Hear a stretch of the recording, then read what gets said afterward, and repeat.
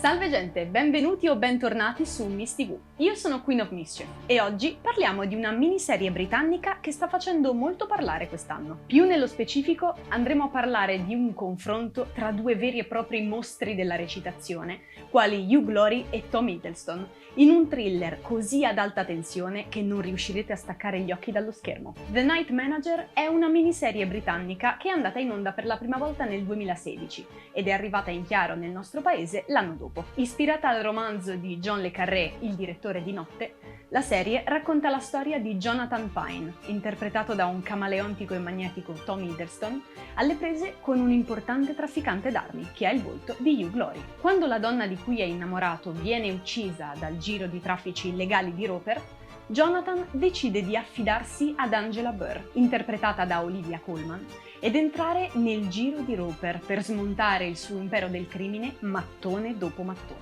L'unico problema è l'affascinante Jed, interpretata da Elizabeth Debicki, la compagna di Roper, che inizierà a guardare Jonathan con occhi molto interessati, rischiando di mandare a monte la sua copertura. Ogni dettaglio è curato e preciso. Già a partire dalla sigla d'apertura vediamo i due lati di questo mondo. Lo sfarzo di cui Roper si circonda grazie ai suoi soldi è l'elemento stesso che mostra la corruzione del suo mondo e perle e diamanti diventano missili e granate. Le musiche che ci accompagnano nel nostro viaggio godono della stessa attenzione.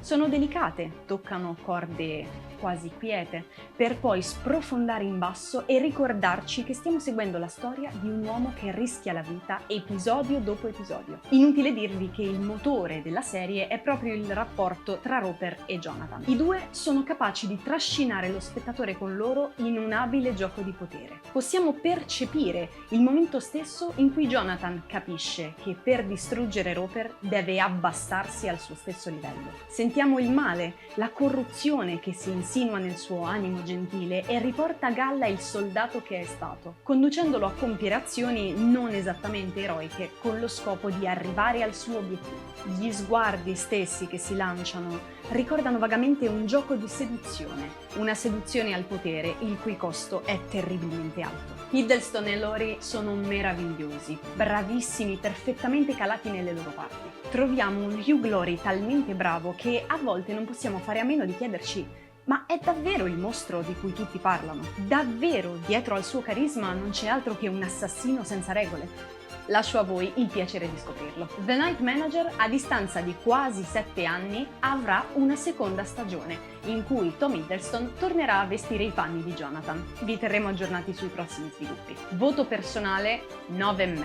Sì, mi sto sbilanciando, ma è davvero impossibile dare di meno. Bisogna solo sperare che la seconda stagione sia all'altezza della prima. Anche per oggi è tutto. Non dimenticate di iscrivervi a Wikos, di lasciare un mi piace e fatemi sapere nei commenti se avete visto questa serie e se aspettavate anche voi la seconda stagione. Un saluto a tutti dalla vostra Queen of Mischief e ci vediamo al prossimo video.